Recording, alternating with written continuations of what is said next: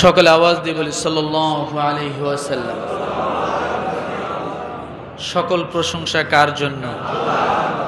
সকলে বলি আলহামদুলিল্লাহ। রব্বানা লাকাল হামদ হামদান কাসীরান তাইয়িবান মুবারাকান ফীহি ইয়া রাব্বি লাকাল হামদু কামা ইয়ানবাগি লিজালালি ওয়াজহিকা ওয়া আযীমি সুলতানিকা। আল্লাহুম্মা আগিসনা আল্লাহুম্মা আগিসনা আল্লাহুম্মা আগিসনা আল্লাহুম্মা আসকিনা গায়সান মুগীসান মারিআন মারিআন নাফিআন গায়রা দাররিন আজিলান গায়রা আজিলিন। আলহামদুলিল্লাহ। আল্লাহ রব্বুল আলামিনের কাছে অগণিত প্রশংসা যে আল্লাহ সুবহানাহু ওয়া তাআলা আমাদেরকে পবিত্র জুমার দিন উপস্থিত করে দিলেন। শুকরিয়া আদায় করি আলহামদুলিল্লাহ। আজকে শাওয়ালের কততম জুমা? তৃতীয় জুমা না? শাওয়ালের তৃতীয় জুমা। আমরা ঈদের পরের দিন একটা পেয়েছি, তারপরে একটা পেয়েছি, আজকে আমরা পেলাম আলহামদুলিল্লাহ। তো আমরা সকলে ভালো আছি ইনশাআল্লাহ। আলহামদুলিল্লাহ, আল্লাহ ভালো রাখছেন আলহামদুলিল্লাহ। তো আসলে আমাদের বর্তমান সময় খুব কঠিন একটা সময় আমরা কাটাচ্ছি, কথা ঠিক কিনা? আজকে বৈশাখ মাসের কত তারিখ জানা আছে? বৈশাখ মাসের কয়দিন যায়? 13 তারিখ। আমরা আমাদের সময়ে তো আমরা দেখেছি যে এই বৈশাখ মাসের শুরুর দিকে বা জ্যৈষ্ঠ মাসের দিকে মোটামুটি আলহামদুলিল্লাহ বাতাস বৃষ্টি এগুলো হতো, তাই না? আম জোরে জোরে পড়তো। তো এখন কি এগুলো দেখা যায়? দেখা যাচ্ছে না। আজকে আমরা প্রাকৃতিক নিয়ে একটু কথা বলবো, যদিও আমার আলোচনা ছিল হজের বিষয়, কিন্তু আসলে সময়ের কারণে অনেক সময় অনেক কিছুকে স্থগিত রেখে কিছু আলোচনা নিয়ে আসতে হয়, কথা ঠিক না? সময় উপযোগী কিছু কথা না বললে নয়, যা আমাদের জানা হয়, বললে কি হয়? জানা হয়। আজকে আলোচনার বিষয় বৃষ্টি অনাবৃষ্টি। আলোচনার বিষয় কি বলেন তো? আলোচনার বিষয় কি? বৃষ্টি অনাবৃষ্টি। আলহামদুলিল্লাহ। আমি আপনাদেরকে মনে হয় গত জুমা কি তার আগের জুমা বলছি কিনা, মানুষের খাদ্য কত প্রকার মনে আছে? মনে নেই? 3 প্রকার। কয় প্রকার? কত প্রকার? 3 প্রকার খাদ্য। বাতাস, এরপরে তরল খাবার পানি জাতীয়, এরপরে একটা খাবার আছে শক্ত জাতীয়। কি কি বলেন তো? বাতাস, তরল জাতীয়, শক্ত খাবার। কেন জানেন না? একটু মাঝে মাঝে চিন্তা করবেন, নিজেদের ঘরেই তো আছে। আমাদের যখন বাচ্চা হয়, আমাদের বাচ্চাগুলো দুনিয়াতে আসার সাথে সাথে আল্লাহ তার জন্য কি নির্ধারণ করেন? কি? তরল খাবার, বাতাস। বাতাস অনেক সময় দেখবেন ডাক্তাররা যখন একটা মা যখন প্রসব করে, ডাক্তাররা যখন তাদের হাতে নেয় বাচ্চাটাকে এরকম মানে পা উপর দিক করে মাথা নিচের দিক করে পিঠের মধ্যে এরকম বাইরে। এটা কি দেখছেন কখনো? না দেখলে ইউটিউবে সার্চ দিয়ে দেখবেন, নেটে আছে। পা উপর দিক করে মাথা নিচ দিক করে কি করে?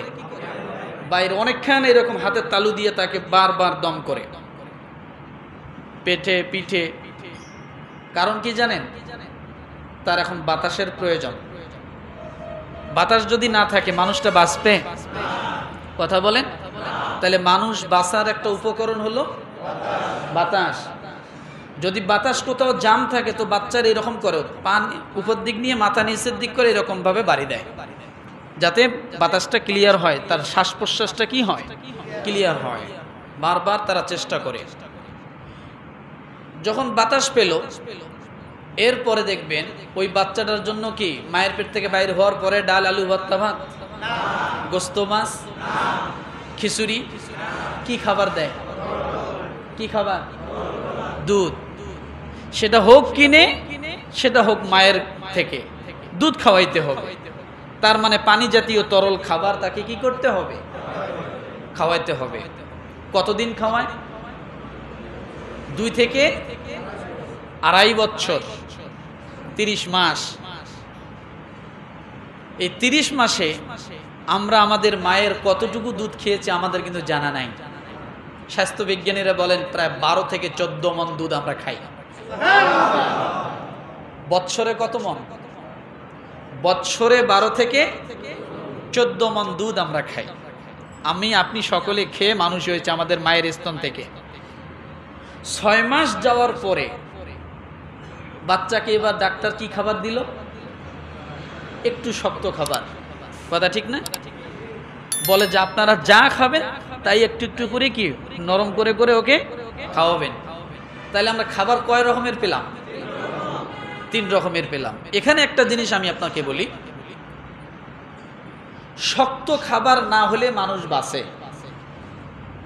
শক্ত খাবার না হলে মানুষ বাঁচতে পারে, কিন্তু তরল খাবার না হলে মানুষ কখনোই বাঁচে না।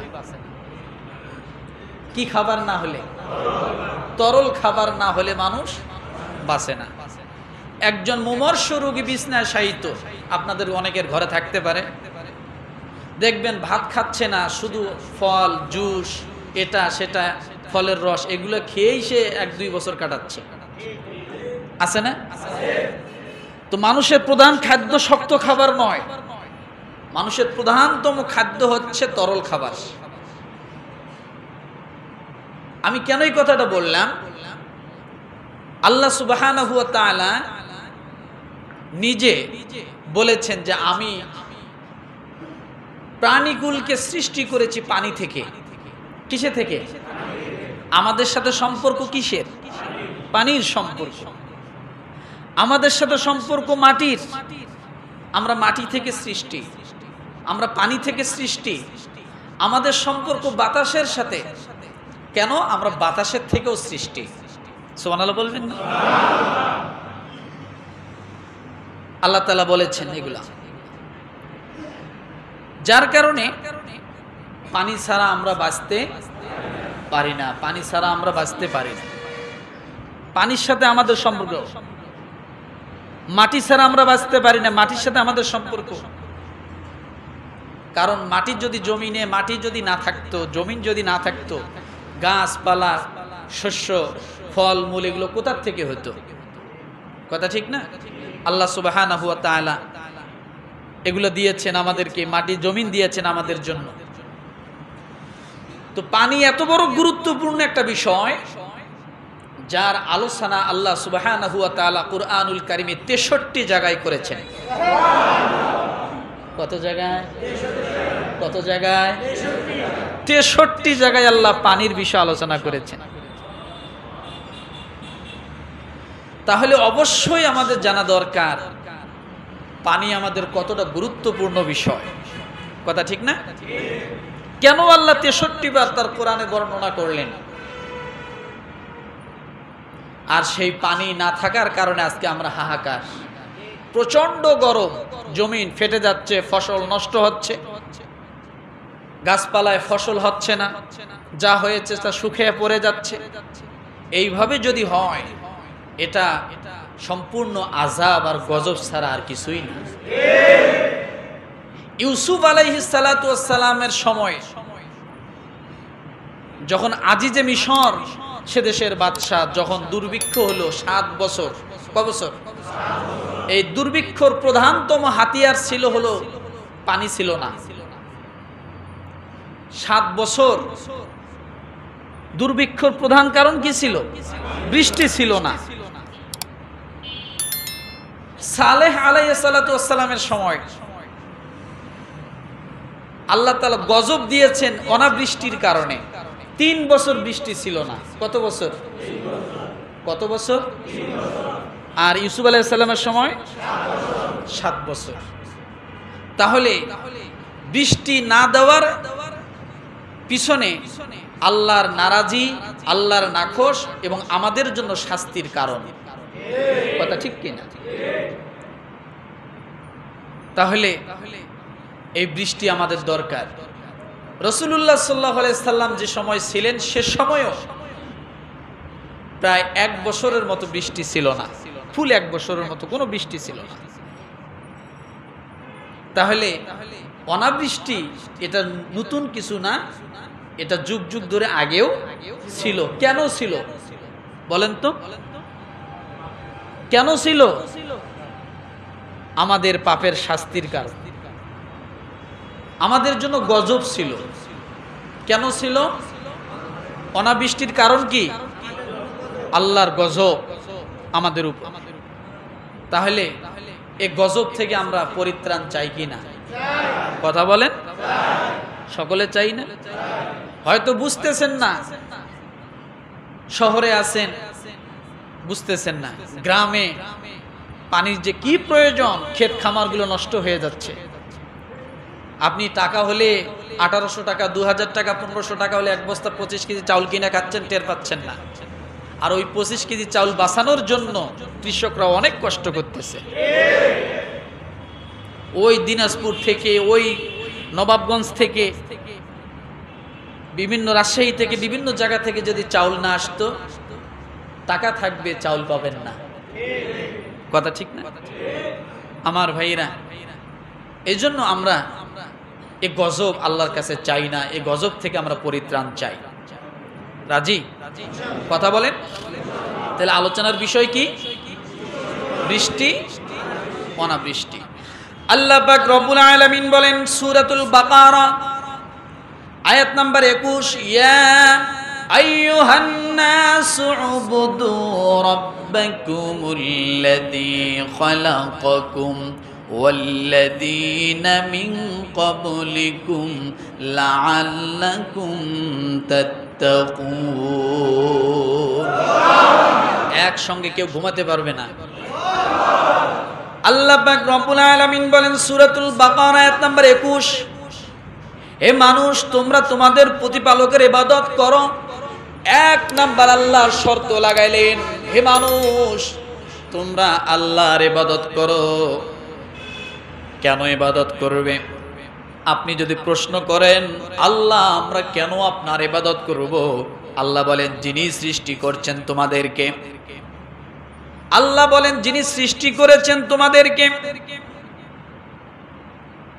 এবং তোমাদের পূর্বে যারা গত হয়েছে তাদেরকেও, এই জন্য তোমরা ইবাদত করবা। আল্লাহ তোমাদেরকে সৃষ্টি করেছেন, আর এইটা মনে করে যখন তোমরা আল্লাহর ইবাদত করবা, আল্লাহ বলে তখন তোমরা মুত্তাকি হয়ে যাওয়া। তাহলে আল্লাহ প্রথম শর্ত লাগালেন তোমরা আমার কি করো? ইবাদত করো। বুঝুন, আল্লাহ শুরুতেই বললেন তোমরা আমার ইবাদত করো। কেন করব? আল্লাহ আমাদেরকে সৃষ্টি করেছেন, আল্লাহ আমাদের কাছে ইবাদত পাওয়ার উপযোগী। লা ইলাহা ইল্লাল্লাহ, আল্লাহ ছাড়া কোনো মাবুদ নাই। কথা ঠিক কিনা? তাহলে যদি ইবাদত করি কি হবে?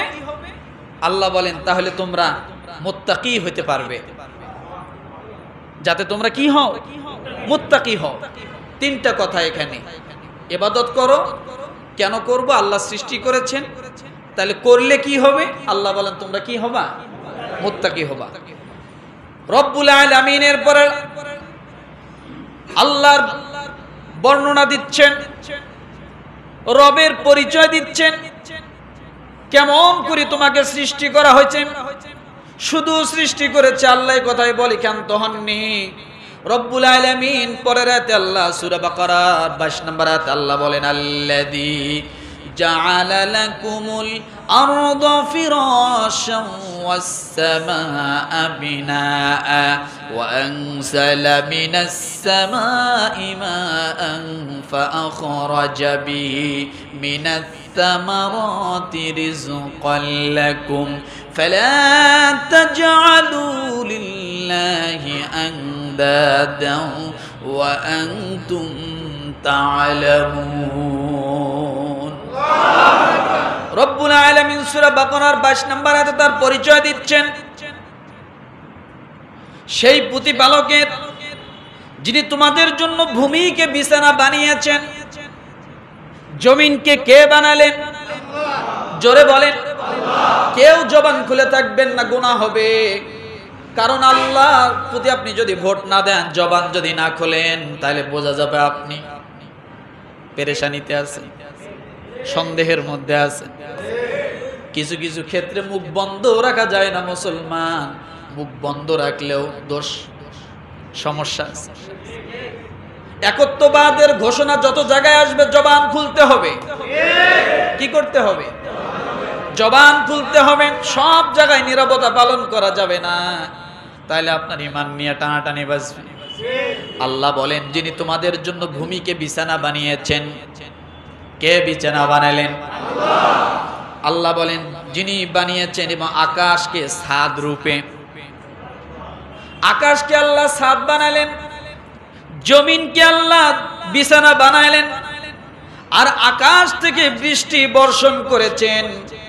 আল্লাহ বলেন সে আকাশ থেকে আমি বৃষ্টি বর্ষণ করি, তারপর তার মাধ্যমে তোমাদের জীবিকা রূপে ফল ফলাদি উদ্গত করেছি। আকাশ থেকে কেন বৃষ্টি বর্ষণ করে? ফল ফলাদি উদ্গত করার জন্য। সুতরাং তোমরা আল্লাহর কোনো শরীক স্থাপন করবে না, শরীক স্থাপন করবে না যখন তোমরা এই সব বিষয় জানো, কারণ আল্লাহর সঙ্গে কোনো শরীক নাই।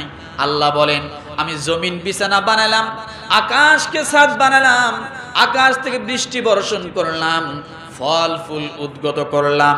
এই জন্য তোমরা জানার পর আমি আল্লাহর সঙ্গে আর কাউকে তোমরা শরীক বানাইও না। আল্লাহ পাক রব্বুল আলামিন বলেন আম্মান খালাকাস সামাওয়াতি ওয়াল আরদা ওয়া আনজালা লাকুম মিনাস সামাই মাআ فأنبتنا به حدائق ذات بهجة ما كان لكم أن تنبتوا شجرها أإله مع الله। আল্লাহ এখানে বলছে আইলাহুম মা আল্লাহ, কে আছে আমি আল্লাহ ছাড়া আর কেউ? কখন এই কথা বললেন? আল্লাহ বলেন আমি আসমান থেকে বৃষ্টি নাজিল করলাম, মৃত জমিন। একটা নববধূ যেমন গর্ভধারণের জন্য প্রস্তুতি নেয়, মৃত জমিন বৃষ্টি পাওয়ার সঙ্গে সঙ্গে সে যেন তার গর্ভে ধারণ করার জন্য বৃষ্টির ফোঁটাকে গ্রহণ করে নিল।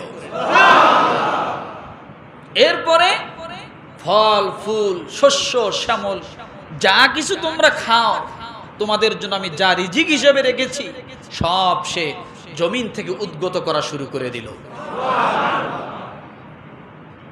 এরপরে আল্লাহ বলছে আইলাহুম মা আল্লাহ, আমি হলাম সেই আল্লাহ। আমার ভাইরা, তাহলে বোঝা গেল জমিন ফল ফুল ফসল হওয়ার জন্য বৃষ্টির প্রয়োজন আছে না নাই? আরো জোরে বলেন। বৃষ্টির প্রয়োজন ছাড়া, বৃষ্টি ছাড়া জমিনে কিছুই হবে না, সব মরে যাবে। কি হবে বলেন? সব মরে যাবে। বৃষ্টির সঙ্গে আল্লাহ জমিনের সম্পর্ক করে দিয়েছেন।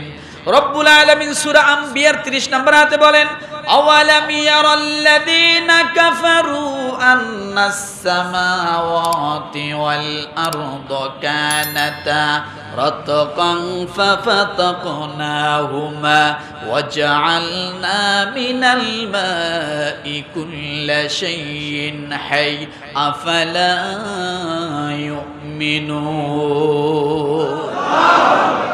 কোন সূরা? সূরা আম্বিয়া কত নম্বর আয়াত? 30 নম্বর আয়াত। আল্লাহ বলেন যারা কুফর অবলম্বন করেছে তারা কি জানে না আকাশমণ্ডলী পৃথিবী রুদ্ধ ছিল। কি ছিল? আকাশমণ্ডলী আর পৃথিবী কি ছিল? স্তব্ধ ছিল। কোনো দরজা খোলা ছিল না, সব বন্ধ ছিল, লক করা ছিল, গেট লক ছিল, সব স্থবির অবস্থায় ছিল। আল্লাহ বলেন সবকিছুকে আমি স্থগিত করে রাখছিলাম, তারপর আমি তা উন্মুক্ত করি, গেট খুলে দেই এবং পানি হতে প্রাণবান সবকিছু সৃষ্টি করি। পানি হতে সবকিছু সৃষ্টি করেন। কেন করলেন? মানুষের জন্য। কাদের জন্য? কাদের জন্য? মানুষের জন্য, প্রাণী জগতের জন্য। তাহলে বোঝা গেল আগে কি ছিল? বন্ধ ছিল। পরে আল্লাহ কি করলেন? সব খুলে দিলেন। যখন মানব সৃষ্টি করলেন, পশু পাখি যখন সৃষ্টি করলেন, সব খুলে দেওয়া হলো। এরপরে রব্বুল আলামিন বলেন তবু কি তারা ঈমান আনবে না? আল্লাহকে বাদ দিয়ে যারা অন্যের পিছনে ঘোরে, আল্লাহকে ভুলে যায়, আল্লাহকে বাদ দিয়ে যখন মানুষকে মানুষ বড় মনে করে, ক্ষমতার দাপট দেখায়, আমরা সব কিছু হলাম, আমরা সব কিছু পারি। আল্লাহ বলে তোমরা এত কিছু পারো, তাহলে এখন বৃষ্টি নাই, তোমরা বৃষ্টি আনো তো দেখি। আমরাই সব কিছু পারি। অনেক দাম্ভিকতার সাথে মানুষ অনেক গর্ব করে, আমি এই সেই অমুক তমুক, আমরা এটা করছি ওটা করছি, তাই না?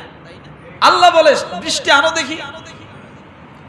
রব্বুল আলামিন সূরা লুকমানে বলেন হাদা খালকুল্লাহ ফাআরুনি মাযা খালাকাল্লাযীনা মিন দুনি। দুনিয়ার মানুষ, তোমার কি এমন ক্ষমতা আছে?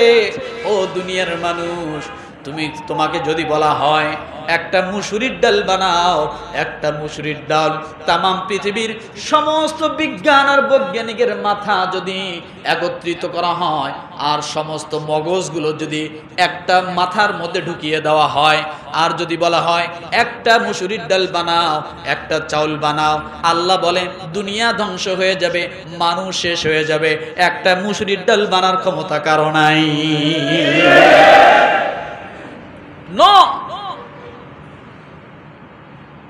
বানাতে পারবে না। কেন পারবে না? চায়নারা ডিম বানাচ্ছে না, চায়নারা চাউল বানাচ্ছে না, কথা ঠিক না? চায়নারা ডিম বানায়, কি দিয়ে বানায়? কথা বলে। এই প্লাস্টিকের প্রথম যে দানা দানা ছিল এটা কোথায় পাইল? কে দিল? হ্যাঁ, কামার শুধু লোহা বানায় দিয়ে, হাতুড়ার কামার শুধু দেখেন যে দা বানায়, কুড়াল বানায়, খুন্তি বানায়, প্রশংসা শুধু কামারের। কামার বানাইলো কোথা থেকে? লোহা আসলো কোথা থেকে? কে দিল লোহার খনি? সূরা হাদীদ পড়ুন, লোহার খনি কে দিয়েছে? দুনিয়ার মানুষ যা বানায় তা খাওয়া যায় না। আগেও বলেছে, বলে দিয়ে যায়, প্রাইভেট কার সামনে আঙ্গুরের ঝোপা বারবার ঝোলে ড্রাইভারের সামনে। ড্রাইভার যদি প্রচন্ড খিদে লাগে, যদি মন চায় যে একটা আঙ্গুর ফল এখান থেকে ছিঁড়ে খায়, কিয়ামত হয়ে যাবে, ড্রাইভারকে কোনোদিন ওখান থেকে খাওয়াইতে পারবেন না। বানা যায়, খাওয়া যায় না। বানা যায়, অনেক আমের ঝোপা আছে, দেখা যায়, খাওয়া যায় না, কথা ঠিক না? অনেক আনারস আছে, মানুষ যা বানায় তা কি খাওয়া যাবে না। আপনি যদি এই চায়না ডিম কয়েকদিন খাইতে থাকেন, আপনার নারী বুড়ি শেষ হয়ে যাবে। যাবে কি যাবে না? প্লাস্টিকের চাল যদি খাওয়া শুরু করে। মোট কথা, মানুষ যা কিছু করতেছে আল্লাহর বাহিরে নয়, আল্লাহর সৃষ্টির ভিতর থেকেই করতেছে। আল্লাহর সৃষ্টির ভিতর থেকেই করতেছে। মানুষ নিজে নিজে কিছু তৈরি করতে পারে না। আমার ভাইরা, এই জন্য রব্বুল আলামিন বলেন পানি কত প্রয়োজনীয় জিনিস। পানি নিজেই পবিত্র, আর পানি অন্যকে পবিত্র করে, বলেন সুবহানাল্লাহ। পানি নিজে, আবার পানি অন্যকেও পবিত্র করে।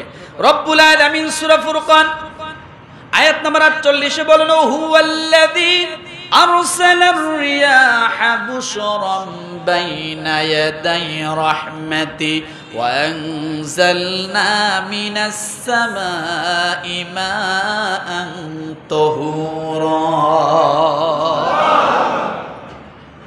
তিনি নিজে রহমত।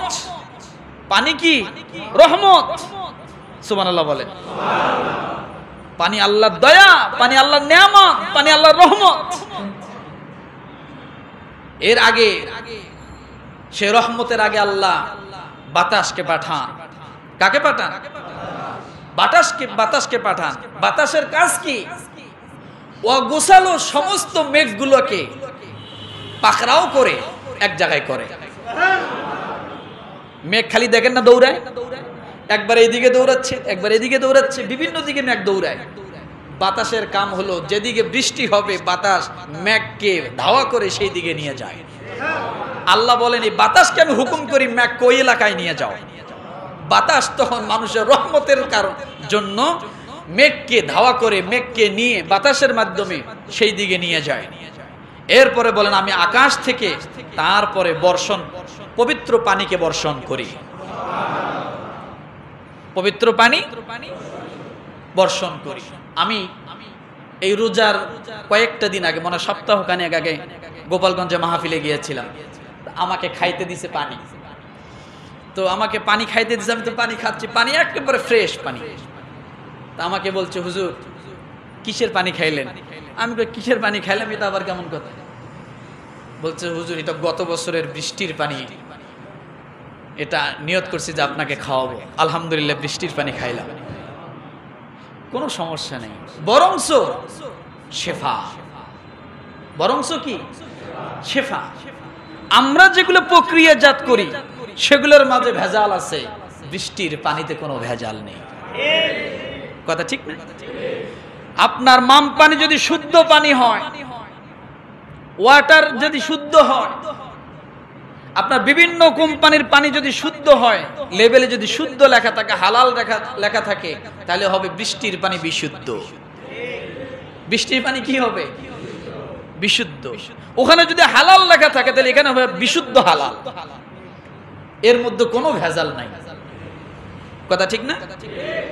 আমার ভাইরা, রব্বুল আলামিন ডাক দিয়ে বলে, বান্দারে কেন তোমাদের জন্য পানিকে রহমত বানালাম? কেন তোমাদের জন্য পানি রহমত?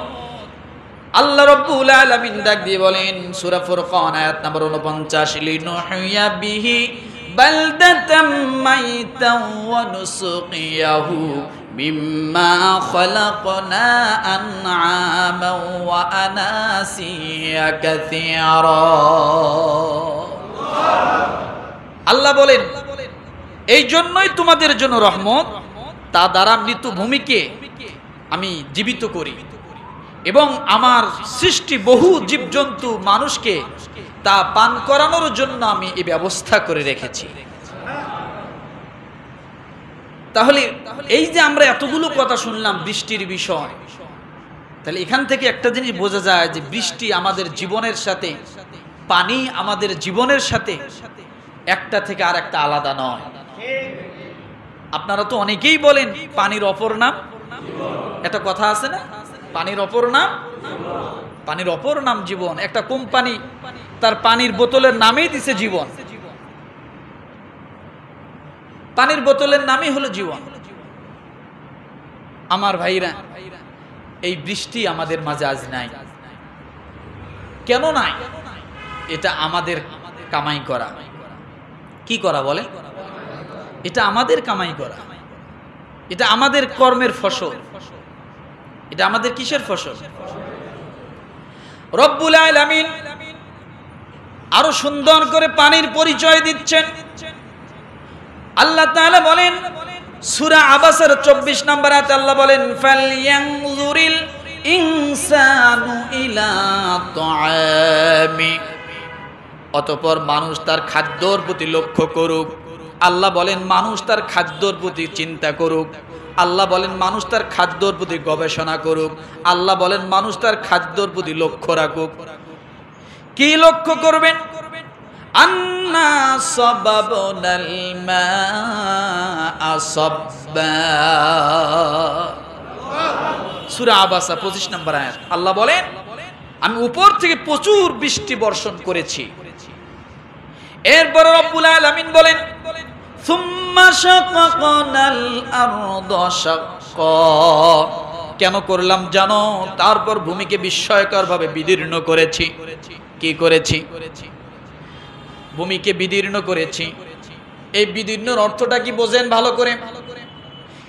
এই বৃষ্টির পরে জমিন বিদীর্ণ হওয়ার কথা হলো, আপনি লাউ গাছ লাগিয়েছেন, সিম গাছের বীজ লাগিয়েছেন। সিম গাছের মধ্যে যখন ওখান থেকে দুইটা কুশি দানা, একটা চারা যখন গজা, সেখানে দুইটা পাতা থাকে। ওই পাতা মাটির নিচ থেকে জমিনকে ভেদ করে যখন উপরের দিকে ওঠে, আল্লাহ এই জন্য বলেছেন আমি জমিনকে বিদীর্ণ করেছি। তাহলে বৃষ্টির মাধ্যমে এগুলো সব কিছু কি হয়? জীবিত হয়। আজকে সেই বৃষ্টি আমাদের মাঝে নাই। কথা ঠিক না?